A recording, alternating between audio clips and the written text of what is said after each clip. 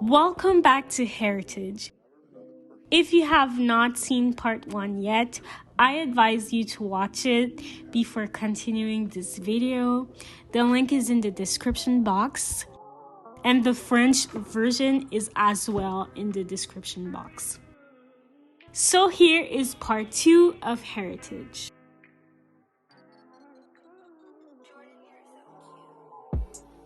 Before going to Jamaica, I have to go back in time a bit. January 1, 1804 is Haiti's Independence Day. To make a brief summary, the Haitian people are the first people in the Americas to free themselves from slavery. A symbol of hope, this act of bravery will influence many other slaves from all over America to fight for their freedom. It is important to bring this topic up because if you do your research, you will notice that most West Indian women of the 1900s, 1800s, or even earlier do not have the same relationship when it comes to their hair as African American women or even Canadian women. Yes, the perm and the hot comb is also used in the West Indies, and of course the hot temperature of the islands also have a great effect on the hairstyle chosen, but the fact that West Indians were liberated earlier allowed them much more cultural freedom. Now let's go to Jamaica. The Jamaican people freed themselves from slavery following a great slave revolt between December 25, 1831 and January 4, 1832. Despite their victory, the English who had taken possession from the Jamaican land in 1655 kept a certain national power. It was in the 20th century that Black nationalist ideals really took hold in politics. Jamaica finally gained its independence from England in 1962. Rastafarianism is a Jamaican religion born in 1930. It advocates socialism, Marxism, and Black pride. Left to their own, hair naturally knocks and forms mats and dreadlocks. For Rastafarians, dreadlocks are a symbol of independence and a physical expression demonstrating the importance of vanity, materialism, and physical appearance. For a Rastafarian, cutting your dreads is a sign of weakness. Jamaican dreadlocks became popular around the 60s and 70s when reggae music started making noise in the United States, mainly because of singer Bob Marley.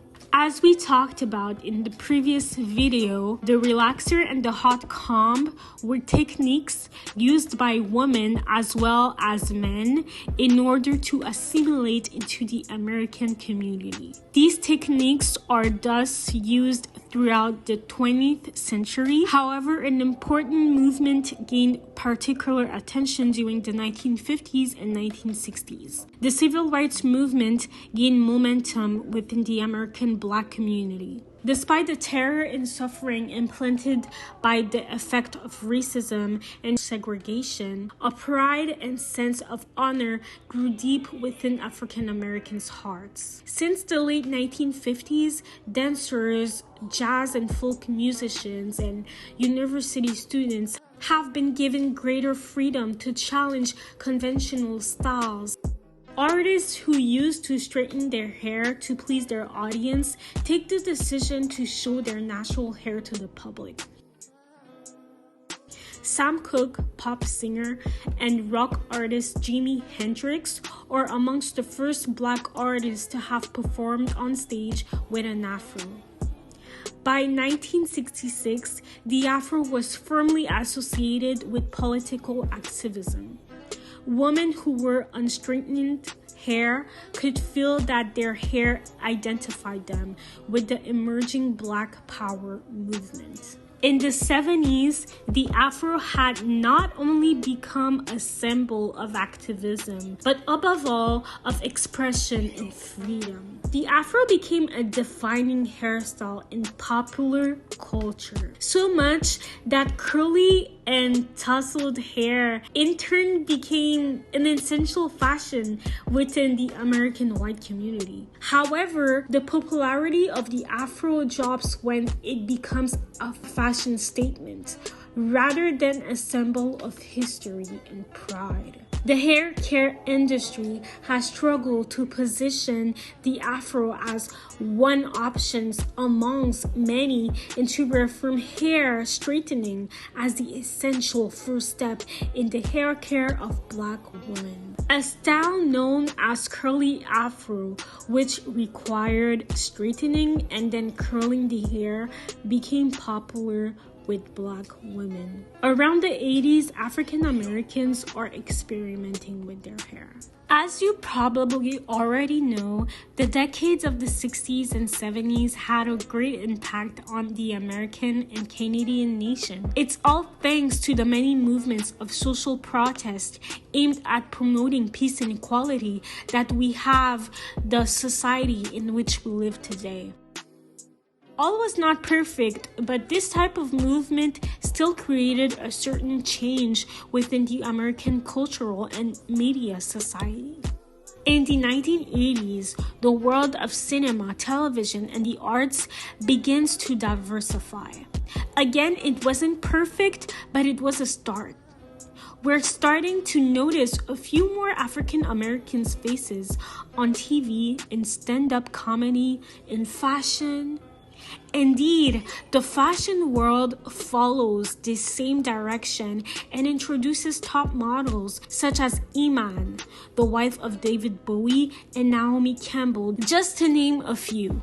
On the other hand, the change is felt within the African American community. Top models and American artists used to wear hair that would express the desire of the designer. Artists and models had to wear hair that would help them appeal to a wider audience. This is how extensions have become an essential technique for many of these women doing business in the artistic world, the artistic industry. In the late 80s and 90s, extensions were an ideal within the artistic community. Not only for Black people, but also for white people. Extensions allow artists and models to change the length and the color of their hair without having to damage their natural hair. Braids and box braids are also a second technique that has become popular within young African American culture. Box braids were seen as a hip and cool style and represented Black pride at a time when hip-hop was becoming more and more popular. Around the early 2000s, extensions and wigs became more and more accessible to everyone. Women preferred extensions for the ease of changing their hairstyle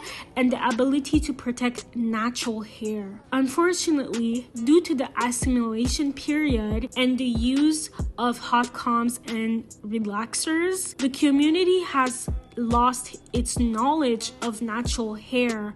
Many women find it difficult to take care of their hair because the information for it has been forgotten over the years. We don't take care of afro hair like we take care of straight hair. Employment conditions have not always been easy for Black women. Afro hair is until today, in many cases, refused in many workplaces everywhere around the globe.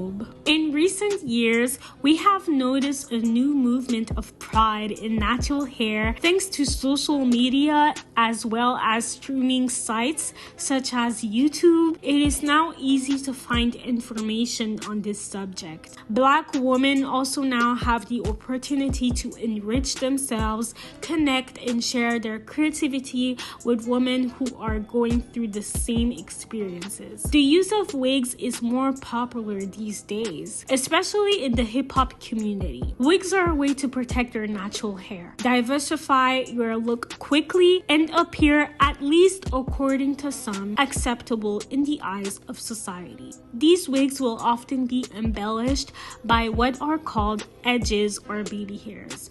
Very short length hair at the height of the forehead. This technique was once used only for children, but in recent years has gained popularity amongst adults.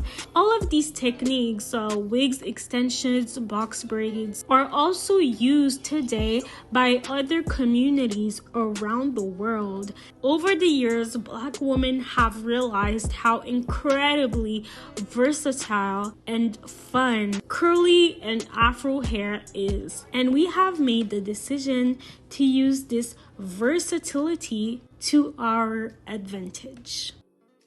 Hairitage.